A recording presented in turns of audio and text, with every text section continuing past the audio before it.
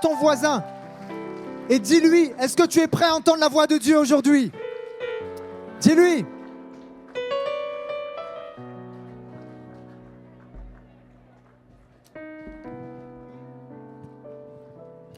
Je vous invite à prendre place.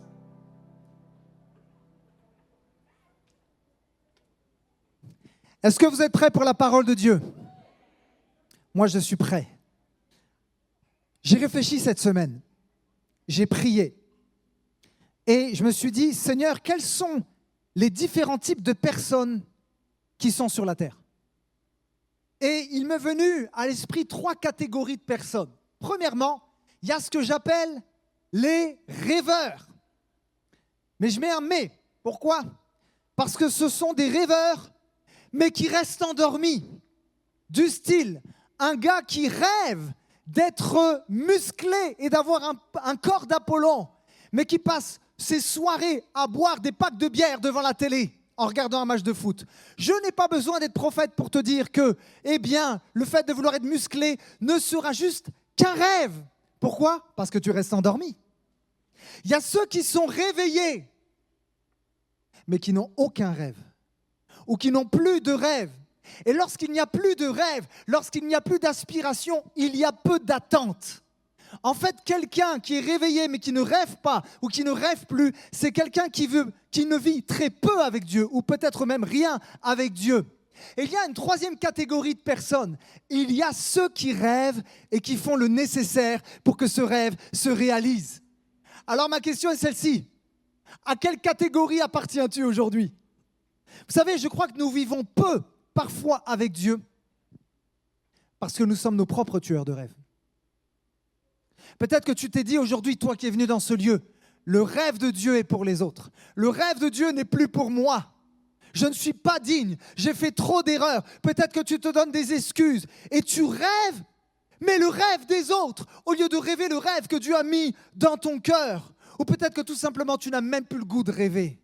Tu n'y crois plus. Mais je crois, et je le dis de la part du Seigneur aujourd'hui, que Dieu veut déposer des rêves dans le cœur de son Église en 2024 pour qu'elle accomplisse des œuvres qui seront pour sa gloire. Que quelqu'un dise Amen. Alors ce matin, je veux oser faire quelque chose. Je vais oser partager une partie du rêve que Dieu a mis dans mon cœur pour l'Église. Mais plus que pour cette Église, pour la France, pour la francophonie et pour cette génération. Voulez-vous que je vous partage une partie de ce rêve? Mes amis, je rêve de voir des gens brisés être restaurés par Dieu au travers de son Église. Je rêve de voir des multitudes répondre à l'appel de Dieu en disant « Me voici, envoie-moi ». Je rêve d'une Église qui ne cachera plus sa lumière, mais qui rayonnera au travers de l'amour qu'elle manifestera par des actions concrètes auprès du pauvre, de la veuve, de l'orphelin, auprès de celui qui a été abîmé par la vie, abusé. Je rêve d'une Église qui rayonne dans les ténèbres. Je rêve d'une Église qui aura une vision pour sa ville, la Jérusalem. Notre Orléans, c'est notre Jérusalem. Mais je rêve aussi d'une Église qui a une vision pour la Judée, la Samarie et les extrémités de la terre. Je rêve d'une Église missionnaire. Je rêve de voir un réveil dans notre pays de France et dans notre ville d'Orléans. Je rêve d'une Église qui rentre dans le rêve de Dieu. Que quelqu'un dise Amen. Après avoir dit toutes ces belles choses, il faut que je te pose quand même une question. Et voici quelle est la question que le Saint-Esprit m'a posée ces derniers temps. Grégory, tu as des rêves, très bien. Mais voici quelle est la question que je te pose. Es-tu prêt à payer le prix pour vivre ce rêve? Parce que c'est une chose d'avoir des rêves. Mais c'en est une autre d'emprunter le chemin pour vivre le rêve. Voyez-vous, mes amis, il y a des dimensions que nous ne pourrons atteindre sans payer un prix. Et le titre de mon message aujourd'hui est celui-ci. Il est temps de passer dans une autre dimension. Et c'est un message de Dieu pour l'Église Parole de Vie. C'est un message de Dieu pour toi qui es là dans ce lieu, toi qui écoutes ce message. C'est un message de Dieu pour l'Église de France. Il est temps de passer dans une autre dimension. Ce message est pour ceux qui veulent passer à un autre niveau. Il est pour ceux et celles qui veulent passer du rêve à la réalité. Vous connaissez tous ce dicton qui dit « No pain, no gain ». Il n'y a pas de gain sans douleur. Exemple, les athlètes payent un prix pour obtenir une médaille. Les entrepreneurs payent un prix pour faire prospérer leur entreprise. Il n'y a pas de salaire sans travail. Et je voudrais te rappeler ceci aujourd'hui. Le salut, le pardon des péchés, la vie éternelle n'aurait pas été possible si Jésus n'avait pas payé le prix. Oh oui, le salut est gratuit, mais ça a coûté cher au Fils de Dieu. Ça a coûté sa vie. Oh. Alors j'aimerais vous partager 2 principes aujourd'hui qui nous permettront de passer dans une autre dimension. Et j'ai été vraiment travaillé par l'Esprit de Dieu cette semaine. Et je vais faire le message en 2 parties. La première partie sera pour aujourd'hui, mais la seconde sera dans un second temps, dimanche prochain. Et la première partie, je vais développer juste 2 points. Le premier point sera basé sur l'histoire dans 1 Chroniques 21 avec David. Vous connaissez probablement cette histoire. Et la seconde partie de ce message sera une réponse à une question qu'on se posera à la fin du premier point. Et ça nous amènera plutôt dans le Nouveau Testament. Et la semaine prochaine, je reviendrai dans 1 Chroniques 21. On terminera avec un geste que David a fait. Et je crois que nous allons vivre quelque chose ensemble avec l'Église. Vous êtes prêts ? Alors j'aimerais juste poser le contexte de 1 Chroniques 21. David va demander à ce que l'on fasse un recensement au sein du peuple d'Israël. Vous vous rappelez de cela ? Et chose étrange, ça va déplaire à l'Éternel. Et il y aura même des conséquences assez néfastes par la suite. Et je me suis posé la question en lisant le texte, mais pourquoi ce recensement a déplu à Dieu ? Puisque dans l'histoire d'Israël, il y a eu plusieurs recensements. Et lors de ces recensements, Dieu ne s'est pas mis en colère. Oh ! Et je crois, premièrement, ce sont des hypothèses que je vous suggère, que je vous soumets, mais que David a fait quelque chose que Dieu ne lui avait pas demandé. Peut-être que David a voulu compter le nombre d'hommes qu'il avait au sein du peuple d'Israël pour se rassurer au niveau de la puissance qu'il avait. David a essayé de chercher peut-être une fausse sécurité. Il a cherché plus sa gloire que celle de Dieu. Et malheureusement, cette action a entraîné une réduction importante puisqu'il y a eu une perte de 70 000 hommes. J'aimerais te dire ceci, toi qui es là dans ce lieu, vivre sans Dieu ou faire sans Dieu te fera toujours perdre. Oh. Et il y a un élément qui est aussi perturbant dans ce texte parce que tu retrouves cette histoire du dénombrement dans les Chroniques, mais tu retrouves aussi cette histoire dans 2 Samuel au chapitre 24. Et il y a quelque chose qui m'a fait bugger. Je me suis dit, mais c'est quoi, Seigneur ? Qu'est-ce que tu veux dire ? Puisque dans 2 Samuel 24, il est précisé que c'est Dieu qui incita David à faire le dénombrement. Tandis que dans 1 Chroniques 21, pour ceux qui s'en souviennent, qui a incité David ? C'est Satan. Voilà, il y a un bug. Là, je ne comprends pas. Les amis, la Bible est-elle infaillible ? Oh, vous n'êtes pas trop sécures, les amis, là. La Bible est-elle infaillible ? Oui, elle est infaillible. Elle est sans défaut. Elle a été conduite, orientée, dirigée par l'Esprit de Dieu. Il n'y a pas d'erreur dans la parole de Dieu, que quelqu'un dise Amen. Alors pourquoi il y a un texte qui dit c'est Dieu et l'autre qui dit c'est Satan ? Ils ont bugué les auteurs ? Non. Il faut comprendre que dans cette histoire, il y a 3 parties qui sont impliquées. Premièrement, il y a David. Deuxièmement, il y a Dieu. Mais troisièmement, il y a Satan. Et un théologien du nom de Sinclair Ferguson, qui est un théologien écossais, est venu m'éclairer sur ce texte-là. Et j'aimerais vous proposer ce que Sinclair Ferguson dira, c'est très intéressant. Il dira, dans un seul et même acte du roi, il parle de David, les desseins de Dieu et les désirs de Satan ont coïncidé, mais avec des objectifs totalement différents. Laisse-moi te dire ceci, Dieu a des objectifs pour ta vie, mais Satan aussi. Et il dira, Dieu a agi dans son jugement d'alliance et a mis en évidence le péché de David et de son peuple afin de purifier la nation et d'amener le roi à des niveaux de repentance plus profonds. Oh, Dieu avait un plan. Il voulait prendre David, il voulait comme le confondre face à son péché et lui dire, non, non, non, David, je ne suis pas là pour t'enfoncer. Je veux, David, te faire passer à un autre niveau, dans une autre dimension. Et le Seigneur te dit, peut-être que tu vas être confondu. Oh, peut-être que même pendant ces derniers jours-là, tu as été secoué et tu ne comprends même pas ce qui t'arrive. Mais laisse-moi te dire, l'Esprit de Dieu est en train d'agir dans ta vie parce qu'il veut t'amener dans une autre dimension. Alléluia. Et l'auteur dira également, de son côté, Satan cherchait à détruire le peuple de Dieu. Deux desseins de la part de Dieu et de Satan avec des objectifs différents. Tu as une responsabilité. Tu as une responsabilité. C'est de faire en sorte que les objectifs de l'ennemi n'atteignent pas ton couple, ton foyer, tes enfants, ta famille. Parce que Dieu doit faire sa part, mais tu dois faire la tienne également. Et Dieu a mis des ressources spirituelles pour que tu résistes aux desseins malveillants de l'ennemi. Mais tu dois te lever, mon frère, ma sœur. Tu dois te lever, tu dois saisir la parole de Dieu. Et pour être debout, il faut commencer par se mettre sur ses genoux. Oh, que quelqu'un dise Amen. Je ne dirai pas oui au dessein du diable. Je dis oui au dessein et au plan parfait de Dieu pour ma vie. Alléluia. Vous savez, David, il est appelé l'homme selon le cœur de Dieu, mais ça ne lui a pas empêché de faire plein d'erreurs, plein de boulettes. Vous savez, moi je suis pasteur, mais ça ne m'empêche pas de faire des erreurs, et toi non plus. Ce n'est pas parce qu'on est rempli de l'esprit qu'on est forcément parfait. On peut faire des erreurs. Et David a fait des erreurs. Sauf que David a toujours reconnu ses erreurs. Et à chaque fois qu'il a fauté, il avait ce réflexe de revenir à Dieu en disant « Seigneur, j'ai péché contre toi ». Même à un moment donné, il dira « C'est comme si mes os se consumaient au-dedans de moi. Je ne peux pas rester dans la gadoue. Je ne peux pas rester avec un cœur qui laisse accès à l'ennemi. Je reviens à l'Éternel ». Et ça, c'était le cœur de David. C'est pour ça qu'on l'a appelé l'homme après le cœur de Dieu, l'homme selon le cœur de Dieu. Et David va se repentir. Il va reconnaître qu'il ne s'est pas appuyé sur l'Éternel, mais il s'est appuyé sur des statistiques, sur peut-être des méthodologies humaines. Je voudrais parler à quelqu'un dans ce lieu. Peut-être que comme David, tu as fauté.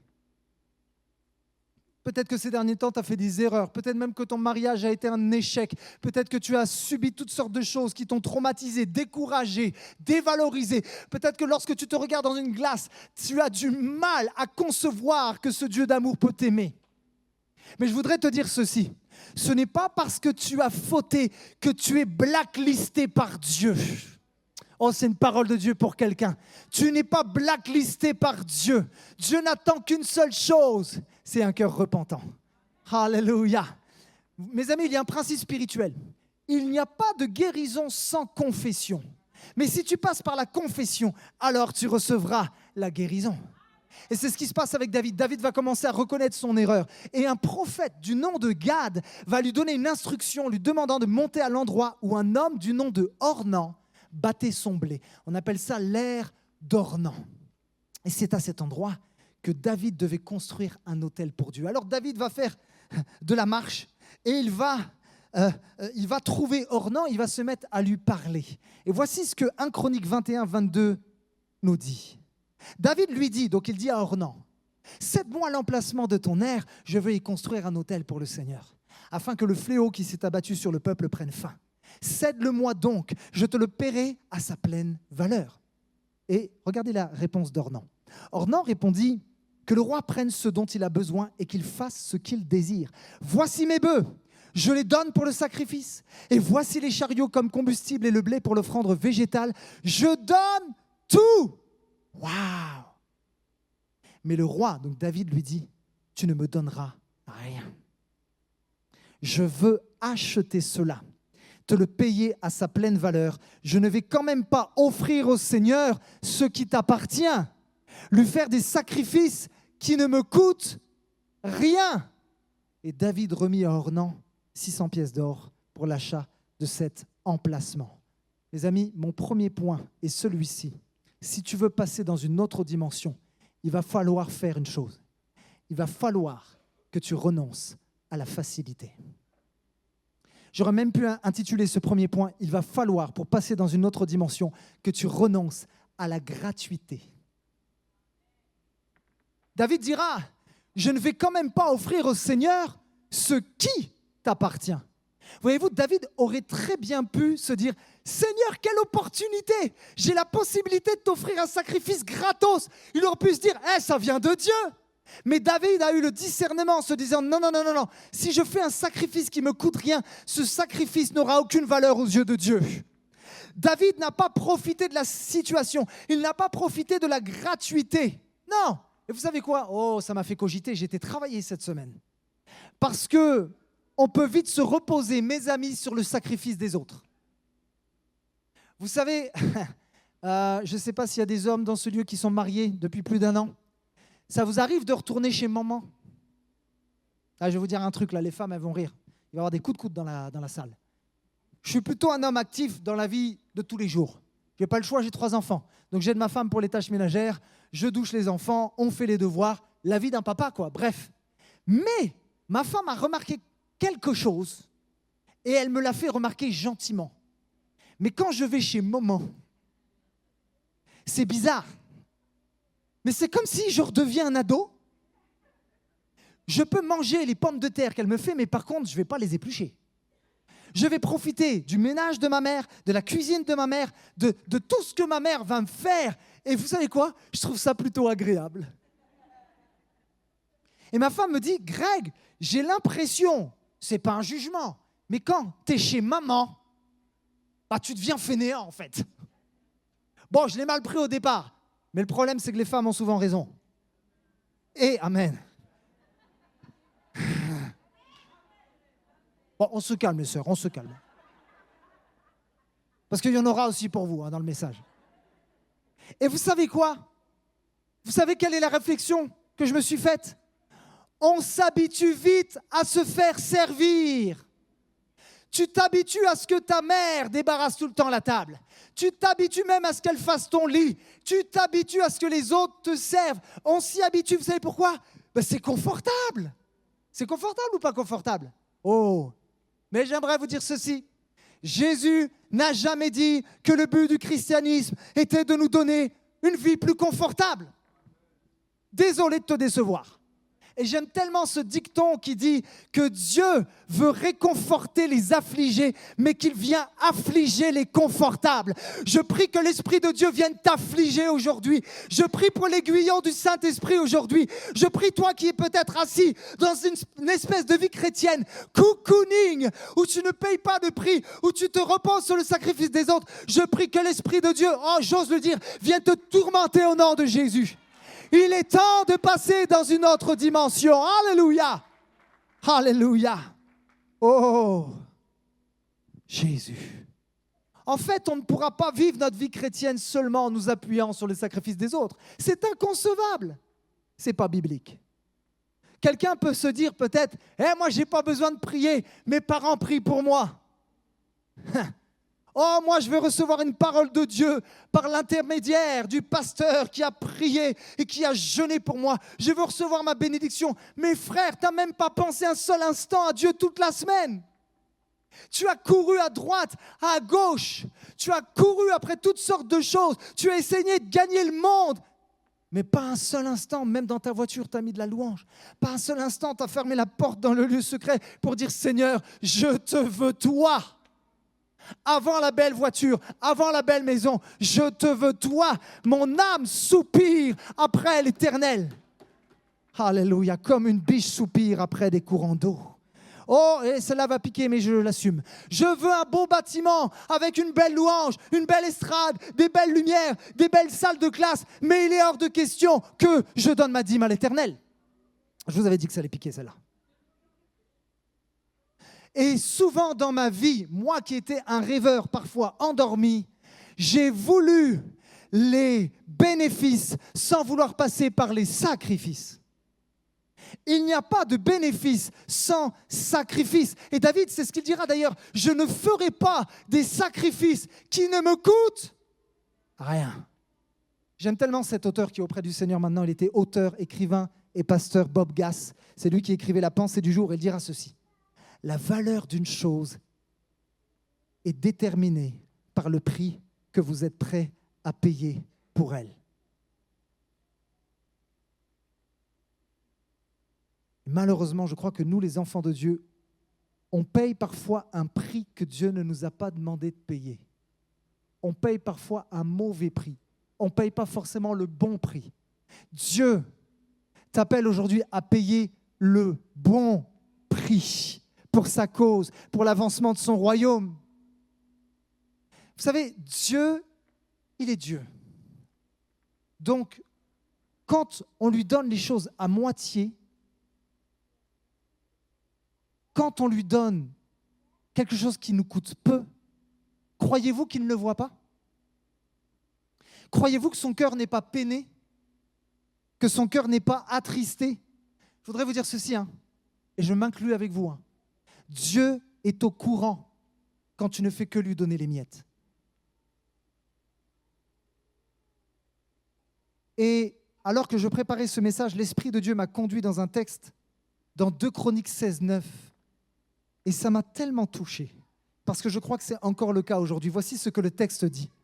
En effet, l'Éternel parcourt toute la terre du regard pour soutenir ceux dont le cœur lui est attaché sans réserve. Une autre version dira pour soutenir ceux dont le cœur est tourné vers lui sans partage. Ça veut dire qu'aujourd'hui, même en 2024, dans la francophonie, dans le monde, dans ce pays de France, dans cette ville d'Orléans et dans cette église, l'Éternel parcourt cette pièce-là maintenant. L'Éternel parcourt cette église. Il passe dans les rangs par son esprit et il cherche un homme, il cherche une femme dont le cœur est tout entier.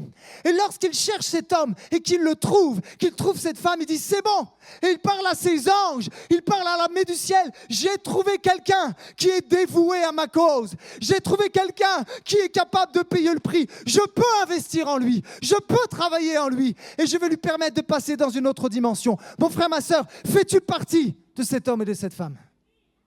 Alléluia. Et j'étais comme saisi, comme d'une crainte, parce que laissez-moi vous dire, sur cette terre, vous serez jugés par plein de personnes. Beaucoup de personnes auront un avis sur vous, mais ce n'est pas important, parce que la personne devant qui tu comparaîtras, ce n'est pas devant ton patron, ce n'est pas devant ton voisin, ce n'est pas devant le président de la République. La dernière personne, en tout cas quand tu vas mourir, que tu verras, c'est Dieu en personne. C'est Jésus sur le trône de gloire. Et quelque part, c'est lui qui aura le dernier mot. Donc, quelque part, ce n'est pas grave que quelqu'un dise telle ou telle chose ou pense telle ou telle chose. Je veux plutôt me concentrer sur ceci. Qu'est-ce que Dieu me dira quand je comparaîtrai devant lui dans son ciel de gloire? Je veux me préoccuper plus de ce que Dieu pense que de ce que les autres pensent. Amen, amen. Et à un moment donné, le cœur de Dieu va être blessé, peiné, parce qu'il va voir des hommes et des femmes qui vont lui apporter des sacrifices, mais qui n'ont aucune valeur. Ce sont des hommes et des femmes qui n'ont pas pris la peine de payer un prix. Ils sont venus offrir à l'Éternel un sacrifice, mais qui ne leur a rien coûté. Et ce texte se trouve dans le livre de Malachie. Et je prie que le Seigneur ne dise pas de nous, ceci de nous, Église Parole de Vie. Malachie au chapitre 1 au verset 10. Voici ce que l'Éternel dira au travers de son prophète. En effet, je n'ai aucun plaisir à vous voir et les offrandes que vous me présentez ne me sont pas agréables. Je le déclare, moi, le Seigneur de l'univers, du lieu où le soleil se lève jusqu'au lieu où il se couche. Des gens de tout pays reconnaissent ma grandeur. Partout, on brûle du parfum en mon honneur et l'on m'apporte des offrandes dignes de moi. Oui, les autres peuples reconnaissent ma grandeur. Je le déclare, moi, le Seigneur de l'univers. Mais vous la bafouez en considérant que l'autel du Seigneur n'est pas digne de respect et qu'il ne rapporte rien. Vous dites même, quelle corvée! Vous n'avez que du mépris pour moi. Le Seigneur de l'univers, vous m'offrez des animaux volés, boiteux ou malades. Comment accepterai-je de telles offrandes? Déclare le Seigneur. J'aimerais vous donner une parole pastorale. Et permettez-moi d'être vrai. Ça va sembler peut-être radical, mais je dois vous dire quelque chose, Église Parole de Vie. Quand j'ai lu ce texte, j'ai été saisi pour ma propre vie. Et j'ai demandé pardon au Seigneur pour toutes les fois où j'ai cherché la facilité. Pour toutes les fois où je lui ai offert des sacrifices, mais qui n'étaient que gratuits. Pour toutes les fois où je me suis reposé sur le sacrifice des autres. Église Parole de Vie, il faut que je vous dise quelque chose. Lorsque j'arrive le dimanche matin et que la louange commence à 11h30, il m'arrive parfois d'être ici et de prier dans mon cœur. Et lorsque je me retourne, je suis surpris de voir qu'il n'y a que 5 ou 10 personnes dans la salle. Et des fois, même quand je prêche, je vois encore des gens arriver. Je ne connais pas votre contexte et ce n'est pas le but de pointer qui que ce soit. Je parle à l'Église dans son ensemble et à moi-même. Mais croyez-vous que lorsqu'on va dire « Seigneur, montre-nous ta gloire », alors qu'on n'est même pas capable d'arriver à l'heure dans sa maison, le Seigneur va bénir? Quel sacrifice on apporte à l'Éternel lorsque j'arrive à l'heure pour mon travail parce que je sais que je vais me faire taper dessus par mon patron? Sauf que dans une église, normalement, le pasteur n'est pas censé taper sur les gens. Hein. Mais par contre, ça ne me dérange pas d'arriver en retard dans la maison de l'Éternel. Et après, on veut la bénédiction de Dieu. « Ah Seigneur, envoie ta pluie !» Mais le Seigneur nous répond, mais tu n'es même pas capable d'arriver à l'heure. Comment tu veux que je te bénisse et que tu passes dans une autre dimension si déjà ça, tu ne le prends pas en considération? Je l'ai dit au premier culte et je le dirai au second. C'est la première et la dernière fois que je parlerai de ça. Je ne veux pas être un pasteur qui s'égosille en disant « venez à l'heure, venez à l'heure, venez à l'heure ». Je ne le dirai qu'une seule fois. Qu'une seule fois. Maintenant, c'est entre vous et Dieu. Mais je crois que si on veut passer dans un autre niveau, je sais que c'est radical, je sais que ça pète un peu l'ambiance, mais ce n'est pas grave. Je crois que nous devons honorer le roi des rois. Je crois que le Seigneur, l'Éternel des armées, mérite la révérence, mérite la gloire qui lui est due. Et il est hors de question que dans notre Église, que dans ma propre vie, nous lui donnions seulement les miettes, que quelqu'un dise Amen. J'offrirai un sacrifice qui plaît à l'Éternel. Je lui rendrai l'honneur et la gloire qui lui est due parce qu'il en est digne. Parce qu'il en est digne. Voyez-vous, d'ailleurs, j'aimerais juste terminer avec ceci. Le culte ne commence pas à 11h30. Le culte commence à 11h15 avec la prière. Donc je vous invite à venir dès 11h15 pour chercher Dieu. Je prie que ce lieu soit saturé de la présence de Dieu. Un lieu est saturé de la présence de Dieu quand un peuple a faim, quand un peuple a soif, quand un peuple dit comme David, « Je n'offrirai rien qui ne me coûte rien. » Alléluia à l'Éternel. Alors, j'aimerais vous dire ceci, non, servir Jésus n'est pas une corvée. Quand je vais pour servir dans mon service, je ne traîne pas les pleurs en me disant « Oh, j'ai la flemme ». Non, servir Jésus est une grâce. Servir Jésus, ce n'est pas une contrainte, mais c'est une joie. Ce n'est pas quelque chose de méprisable, mais c'est un honneur de servir le roi des rois. Alors, je me suis quand même posé une question. Je me suis dit, Greg, qu'est-ce qui t'a poussé plusieurs fois dans ta vie à ne pas vouloir payer un prix pour Dieu? Vous savez quelle a été la réponse que j'ai reçue dans mon cœur? C'est parce que tu t'es trop contenté de faire de Jésus seulement ton sauveur. Et je terminerai avec ce second et dernier point qui s'intitule « Ne fais pas de Jésus seulement ton sauveur ». Voyez-vous, David a écrit quelque chose d'extraordinaire parce que David était un berger, David était un roi, David était un chef de guerre. Mais n'oubliez pas ceci, David était un prophète. Et certains de ses psaumes sont des psaumes messianiques. Il annonce la venue de Christ, du Fils du Dieu vivant. Et dans un de ces psaumes qui m'a bousculé cette semaine, il va écrire quelque chose que les personnes, ses contemporains, les contemporains de David ne pouvaient pas comprendre. Il fallait pour écrire ces choses que David, en fait, est une révélation de Dieu. Il fallait que l'Esprit de Dieu parle à son esprit. Voici ce que David va écrire. En fait, il va annoncer des siècles et des siècles à l'avance que Christ est Seigneur. Il dira ceci, déclaration du Seigneur, donc Yahweh, à mon Seigneur, assieds-toi à ma droite jusqu'à ce que je fasse de tes ennemis ton marchepied. David est en train de dire des milliers d'années avant que le Messie arrive que Jésus est Seigneur. Alléluia. Et d'ailleurs, Jésus, dans les évangiles, reprendra ce psaume, cette déclaration de David, et il affirmera que c'est lui-même qui est l'accomplissement de ce psaume. Rappelez-vous, les pharisiens vont venir et lui poser cette question, « Est-ce vraiment toi le Fils de Dieu ?» Et Jésus va répondre, « Oui, je le suis. » Et il va même réenchérir, et ça va faire hérisser leurs poils, je vous assure. Et il dira ceci, « Et même, vous verrez le Fils de l'homme assis à la droite de la puissance de Dieu. » Oh, Jésus n'est pas qu'un sauveur, Jésus est Seigneur. Il est assis à la droite de Dieu, mes amis. La droite de Dieu n'est pas simplement ou littéralement à la droite. Ne croyez pas que quand vous allez au ciel, vous allez voir Jésus à la droite de Dieu. Mais c'est quelque chose de symbolique, c'est quelque chose qui représente la puissance et l'autorité. Et d'ailleurs, l'apôtre Paul va parler de la fin des temps. Parce qu'un jour, il y aura la fin des temps, un jour, Jésus va revenir. Et j'espère vraiment de tout mon cœur que tu es prêt pour son retour. Et dans l'épître aux Philippiens, Paul va faire une déclaration incroyable.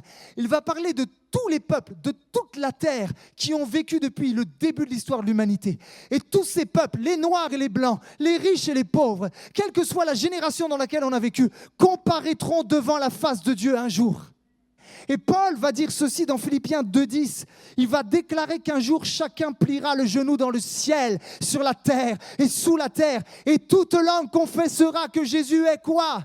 Les langues ne confesseront pas Jésus est amour. Non, non, non, non. Les langues ne diront pas Jésus a été un bon copain. Non, non, non. Les langues ne diront pas Jésus est sauveur. Non. Toute langue, toutes les nations confesseront Jésus est Seigneur. Il est Seigneur. Voyez-vous, si je pouvais résumer le christianisme en une seule phrase, vous savez comment je pourrais le définir ? C'est très simple. Le christianisme, c'est ceci. Jésus est Seigneur. Le christianisme tient en une seule phrase. Jésus est Seigneur. Alors la vraie question que tu devrais poser en 2024, alors que Jésus revient bientôt, mon frère, ma soeur, ou toi peut-être, qui n'a pas encore donné ta vie à Jésus, la vraie question, ce n'est pas « est-ce que j'ai un bon plan pour ma retraite ?» La vraie question, ce n'est pas « est-ce que je peux davantage avoir une plus grande maison ?» Et Dieu n'a rien contre ces choses. Dieu n'a rien contre une belle voiture. Dieu n'a rien même contre ta carrière professionnelle. Mais la première question que tu devrais te poser est celle-ci. Suis-je prêt à me soumettre à la seigneurie de Jésus dans ma vie ? Voyez-vous, on va retrouver le mot « Seigneur » à 747 reprises dans le Nouveau Testament. Et le mot « Seigneur » en grec se dit « kurios ». Le mot « kurios », en fait, c'est celui qui a le pouvoir et l'autorité. Et on va même retrouver cette expression à 92 reprises dans le livre des Actes des Apôtres. Donc, mes amis, si Christ est notre kurios, cela signifie que nous sommes appelés à être ses doulos, ses esclaves. Et on va retrouver le mot, l'expression esclave à plus de 130 reprises dans le Nouveau Testament. Et il faut savoir ceci, c'est que je pense que notre vision en tant qu'enfant de Dieu et disciple de Christ a été biaisée même par certaines traductions bibliques. Parce que c'est une chose de se dire « je suis un serviteur ». Mais parfois on se dit « je suis un serviteur » mais que quand ça m'arrange.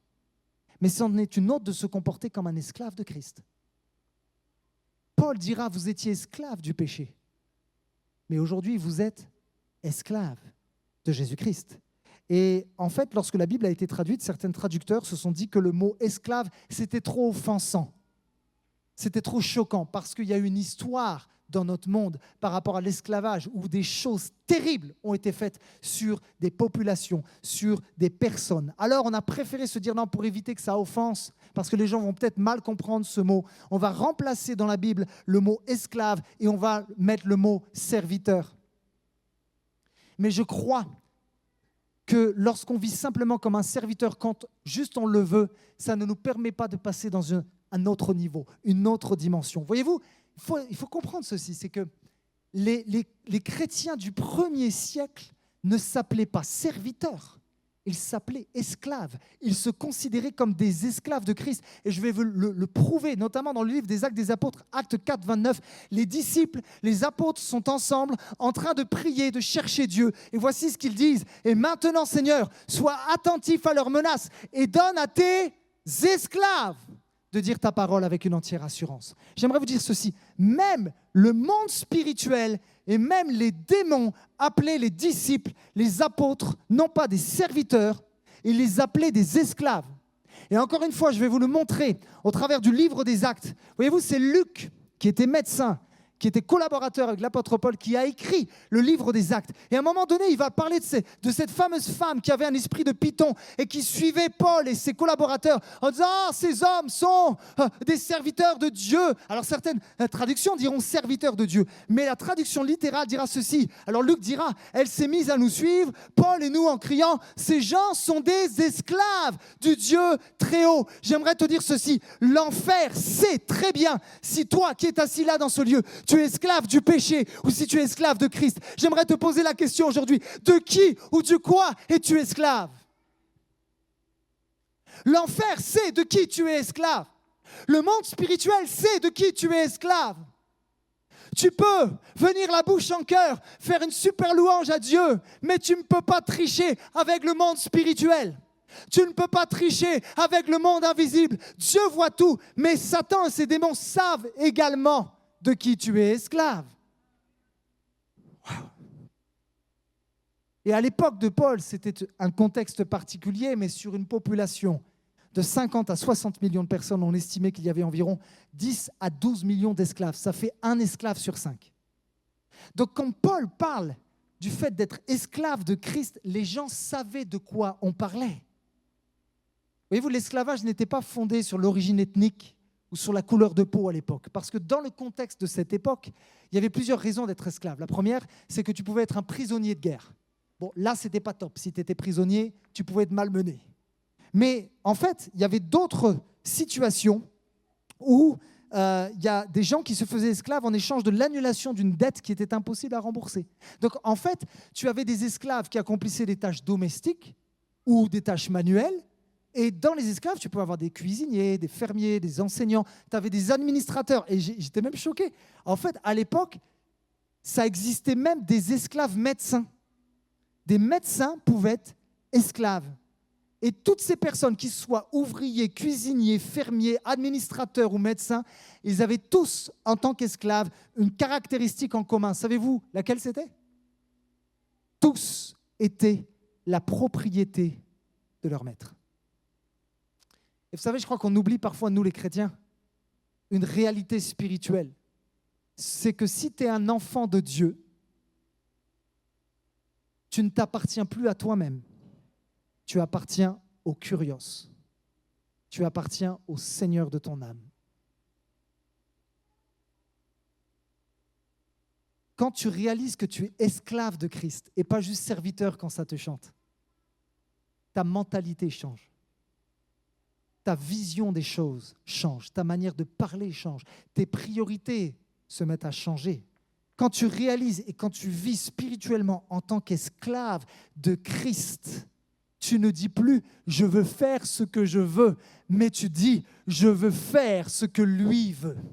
Lorsque tu prends conscience que tu es esclave de Jésus-Christ, tu ne vis plus pour tes intérêts personnels, mais tu commences à vivre pour les intérêts du royaume de Dieu.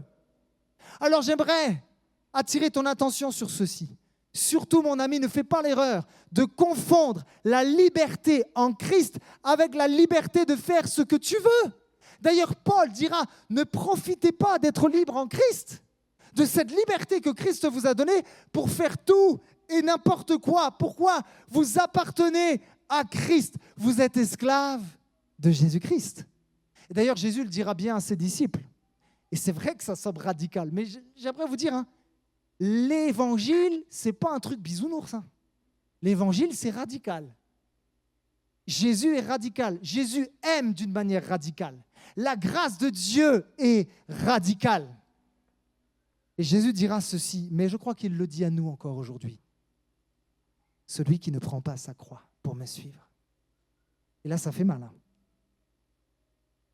N'est pas digne de moi.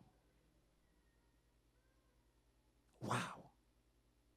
Vous savez, quand Jésus il a dit ça, croyez-vous que les disciples pensaient à la croix de Christ? Certainement pas. Ils n'avaient aucune idée de comment Jésus allait mourir. D'ailleurs, Il ne s'était même pas dit que Jésus allait mourir. Lorsque Jésus parle de la croix, les disciples ne comprenaient pas encore que Jésus allait mourir sur la croix. Les disciples croyaient que Jésus allait prendre l'épée et qu'il allait vaincre par l'épée l'Empire romain. Mais Jésus dira, celui qui se sert de son épée périra par l'épée. En fait, la plus belle, la plus puissante de toutes les épées, ce n'est pas l'épée humaine, mais c'est la croix de Jésus-Christ. C'est une épée qui a transpercé l'enfer.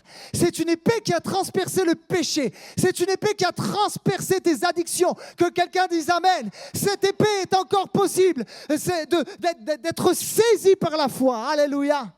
Cette épée transperce les puissances des ténèbres. Mais les disciples ne pensaient pas à la croix de Jésus. Mais ils pensaient plutôt, vous savez, on appelait des fois certains juifs des zélotes. Les zélotes étaient ceux qui se rebellaient contre l'Empire romain. Ils mettaient en place même des assassinats, des temps de rébellion contre l'Empire romain. Alors les disciples vont penser à tous ceux qui se révoltaient contre Rome, et pour eux, porter sa croix signifiait juste le fait de se soumettre à une autorité. C'était la cessation de la rébellion. C'était la reconnaissance de l'autorité romaine. Et Jésus est tellement fin.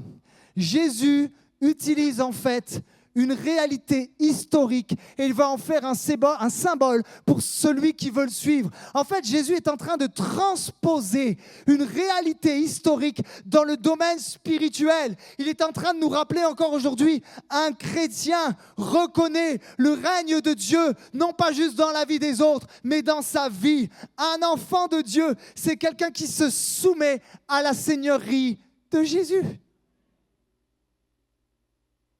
Et voyez-vous, les esclaves à l'époque étaient vendus sur le marché, sur des grandes places. Alors, il y a des maîtres qui arrivaient et qui se disaient « Ok, lui, il me plaît, elle me plaît, je vais l'acheter. » Sauf que c'était qui tout double, hein. C'était à double tranchant. Parce que tu pouvais tomber sur un bon maître, parce qu'il y a des maîtres qui prenaient soin de leurs esclaves, mais tu pouvais tomber sur un tyran qui allait te faire la misère. Et là, c'était contraignant. Mais j'ai une bonne nouvelle. C'est que nous, les esclaves de Jésus, nous avons été rachetés à un grand prix. Ce prix, c'est le sang de Christ qui a coulé pour toi sur la croix. Non seulement ça, c'est que tu as été racheté à un grand prix, mais c'est que ton maître, le Kurios, le Seigneur de nos vies, en d'autres mots Jésus, n'est pas un tyran. Ce n'est pas quelqu'un qui abuse de son autorité. Notre maître, notre Kurios, est un maître qui est doux et humble de cœur. C'est un maître qui est rempli de bonté et de grâce. Alors, voilà pourquoi il n'est pas contraignant de prendre sa croix et de suivre Jésus. Voilà pourquoi suivre Christ, payer le prix, est tout sauf une corvée, mes amis. Servir Jésus, refuser la gratuité, refuser le sacrifice des autres, est un honneur, parce que nous servons le plus grand de tous les maîtres. Nous servons le roi des rois et le Seigneur des seigneurs. Alors je terminerai avec une histoire. Je pense que vous connaissez tous, parce qu'on est tous maintenant connectés aux réseaux sociaux et sur Internet, EMCI TV. EMCI TV, ça signifie « Enseigne-moi, canal international ». Et le fondateur de EMCI TV, c'est Michael Lebeau. Je suis fier parce qu'il était en Bretagne avec son ami Jérémy Sourdril. Ils étaient en Bretagne à l'époque. Il y a des belles choses qui sortent de la Bretagne. Amen. Et alors qu'il faisait ses études en informatique, il voulait être ingénieur en informatique, il était dans sa 3e année, mais c'était un homme qui cherchait Dieu, tout jeune. Et il sentait que le Saint-Esprit l'amenait dans une autre direction. Et il a prié, puis il a dit « Seigneur, est-ce que tu es OK pour que j'arrête les études ? Je regarde tous les ados, tous les jeunes là. Ne dites pas à vos parents, le pasteur a dit, maman, c'est de Dieu. » Ah, papa. Il a prié déjà prié. Mais il a reçu le feu vert de Dieu. il a vraiment reçu le feu vert de Dieu. Ça semblait fou, humainement parlant, puisqu'il avait une belle carrière. Ingénieur en informatique, t'es pas au SMIC. T'es bien, t'as une place tranquille, t'as au moins ton 13e mois et t'as un bon CE. Sauf qu'il a tout quitté. Puis à un moment donné, il s'est trouvé dans une église à Paris. Et c'était une grande église avec plus de 2000 personnes. Et c'était l'église d'un pasteur indien, le pasteur Raja. Je ne sais pas si vous avez entendu parler de lui. Il est auprès du Seigneur maintenant. Et cet homme était sensible à l'Esprit de Dieu. Et lui, Michael, il se met à l'arrière de la salle comme ça. Il y a 2000 personnes. Il dit, moi je viens mais incognito. Mais tu sais quoi? Quand le Seigneur te vise, t'as beau te planquer, le Seigneur te voit derrière les bagages. Oh, s'il l'a fait pour lui, s'il l'a fait même pour Saül qui se planquait. J'aimerais vous dire ceci, Dieu n'est pas myope comme moi. Dieu voit, même quand tu te caches dans le noir, même quand tu es au fond de la salle, Dieu te voit et Dieu ne t'a pas oublié. Et l'Esprit de Dieu saisit ce pasteur. Et le pasteur Raja dit, toi, jeune homme là-bas, oui, jeune homme qui est au fond là-bas, j'ai une parole pour toi. Et là, il commence à lui donner une parole de connaissance. Tu as arrêté l'université. Laisse-moi te dire que dans le naturel, il semble n'y avoir plus d'espoir pour ton avenir. Peut-être il y a quelqu'un qui est venu dans ce lieu, il ne semble pas avoir d'espoir. Ta situation semble critique, il ne semble pas avoir d'issue. Tu ne vois pas avec les yeux physiques, mais Dieu t'appelle à voir avec les yeux de la foi. Il y a encore de l'espoir. Il y a encore de l'espoir. Et c'est ce que ce pasteur va lui dire. Il n'y a plus d'espoir pour ton avenir, mais Dieu a un plan pour ta vie. Dieu a un plan pour ta vie. Dieu a un plan pour ta vie. Toi qui es là, tu as besoin de l'entendre, tu as besoin de l'entendre, mon frère, ma sœur, Dieu a un plan pour ta vie. Et il lui dit, tu vas rentrer chez toi avec une onction fraîche et Dieu va commencer à t'ouvrir les yeux. Tu ne vas plus juste regarder dans le naturel, tu vas apprendre à regarder dans le surnaturel. Tu ne vas plus regarder avec tes yeux physiques, tu vas apprendre à voir dans l'invisible. Alors il prend sa voiture, il rentre chez lui, puis avant de se coucher, il prend une douche. Et là, sous la douche, l'Esprit de Dieu le saisit. Et il commence à avoir une vision sous la douche, comme quoi Dieu parle partout. Et il est là, saisi par l'Esprit de Dieu. Et l'Esprit de Dieu lui dit ceci, Michael, il faut que tu fasses un site internet. Ce site internet s'appellera enseigne-moi.com. Et alors qu'il était là, un verset lui a traversé son cœur. Et ça ne faisait que repasser dans son cœur. Et c'était ce verset qui disait, mon peuple périt, faute de connaissance. Et l'Esprit de Dieu lui dira, ce site que tu vas faire sera une réponse à ce besoin pour la France, mais aussi pour la francophonie. Et par la suite, je fais court. Il va rencontrer son ami Jérémy Sourdril. Tous les deux, ils vont tout quitter. Ils vont louer une maison qu'ils n'avaient même pas. Ils n'avaient même pas les moyens de se louer cette maison, mais ils l'ont louée par la foi. Comme quoi, j'aimerais vous dire ceci, les amis. N'attends pas que tout soit bien ficelé. N'attends pas que tout soit OK dans le naturel. Parce que derrière les rideaux, dans l'invisible, dans le surnaturel, Dieu a tout prévu. Parce que lorsqu'il donne la vision, il y a la provision. Alléluia. Ils avaient besoin de 3 900 €, besoin d'acheter des ordinateurs, pas un sou en poche. Qu'est-ce qu'on fait, Seigneur? On n'a pas d'argent. On ne va pas braquer une banque. Ils avaient besoin de rénover la maison où ils étaient. Et à un moment donné, une dame toque à la porte. Elle dit, voilà, j'ai comme un fardeau dans mon cœur. Il faut que je vous donne cet argent. Il faut que je vous donne ce chèque. Tenez, c'est pour vous. C'était un chèque de 4 000 €. Et ils ont pu acheter les premiers ordinateurs. Et ils ont prié. Et ils ont travaillé le jour. Et ils ont travaillé la nuit. Même des fois, ils ouvraient le frigo, ils avaient faim, il n'y avait rien à manger. Et au même moment, il y a quelqu'un qui a apporté de la nourriture parce que le Saint-Esprit inspirait ces personnes-là. Et à un moment donné, ils sentent que l'Esprit de Dieu les appelle à passer dans une autre dimension. Ils doivent quitter la France pour déménager au Canada. Alors, par la foi, ils quittent ensemble leurs amis, leur famille, tout ce qui est connu pour aller vers l'inconnu. Tu sais quoi? Ne t'inquiète pas de l'inconnu. Vous savez pourquoi? Parce que si Dieu est dans ta barque, lui connaît tout. Dieu connaît la fin de l'histoire. Dieu connaît le prochain chapitre de ta vie. Alléluia. Alors il déménage au Canada et je n'ai pas le temps de tout raconter, mais Dieu va les bénir. Et comme au temps de Néhémie et comme au temps de Esdras, On pourra dire d'eux, la bonne main de l'Éternel était avec eux. Et ils ont eu un petit bâtiment, après un plus gros bâtiment, jusqu'à ce que Dieu puisse pourvoir. Ça, c'est la photo. C'est le tout nouveau bâtiment MCI, où ils font des conférences avec des milliers de personnes. Il y a des pasteurs, des serviteurs de Dieu du monde entier qui viennent. Et ça, c'était le premier jour où ils commençaient à travailler dans le bureau. Et ils disaient dans le témoignage, on n'a même pas fait exprès de s'habiller pareil. Oh, quand on est connectés, les amis. J'aimerais vous dire ceci, c'est EMCI aujourd'hui, il y a sur ce site plus d'1 million de personnes qui sont abonnées. J'ai été faire quelques recherches.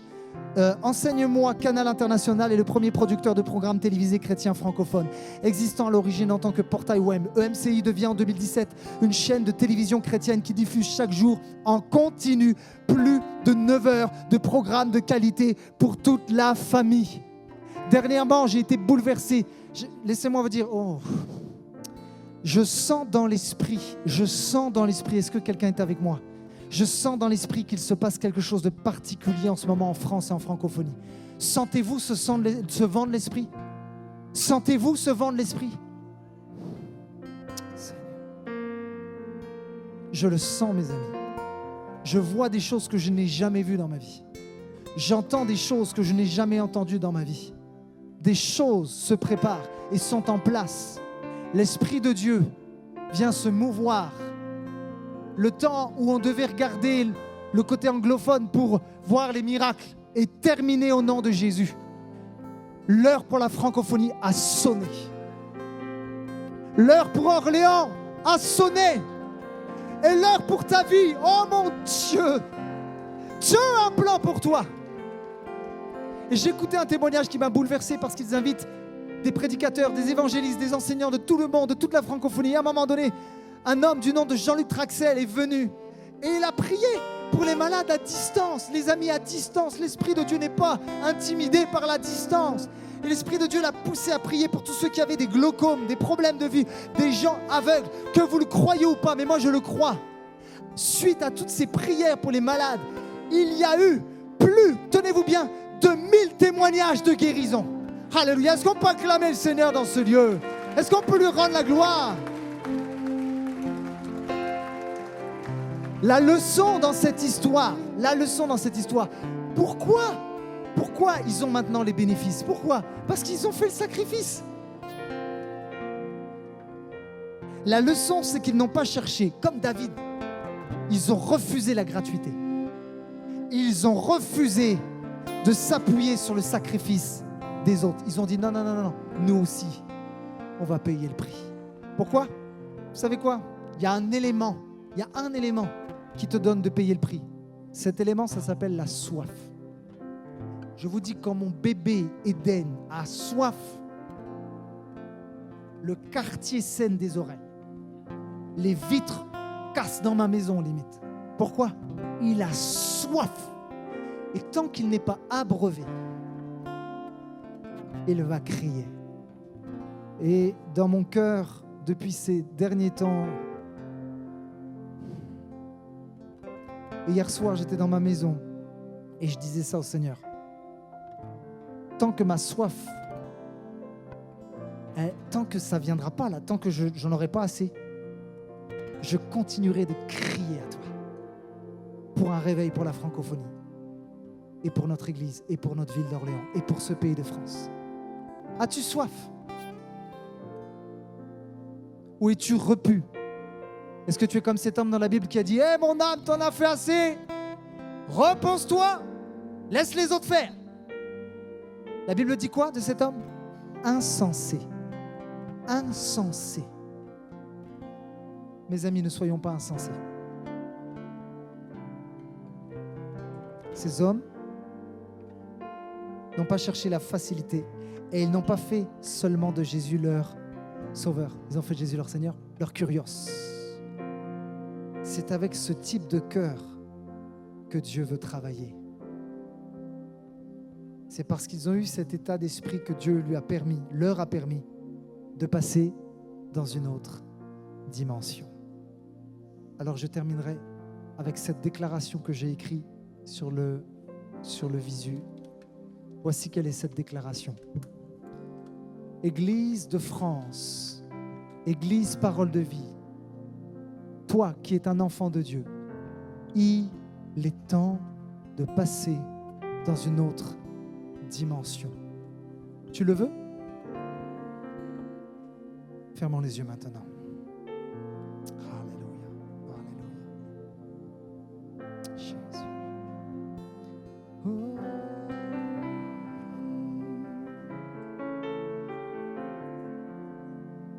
Alléluia. Avant que je fasse un appel, j'aimerais juste qu'on soit dans la louange et l'adoration. Mais j'aimerais juste que tu fasses ceci. N'offre pas une louange. N'offre pas une louange. Tu sais ce que tu dois offrir? Offre un sacrifice de louange à l'Éternel. Commence à te connecter au cœur de Dieu maintenant. L'Esprit de Dieu est en train maintenant de faire une œuvre dans cette salle. Je le sais, je le sais. Commence à parler à ton âme. Dieu a une direction pour nous. Dieu a une direction pour toi.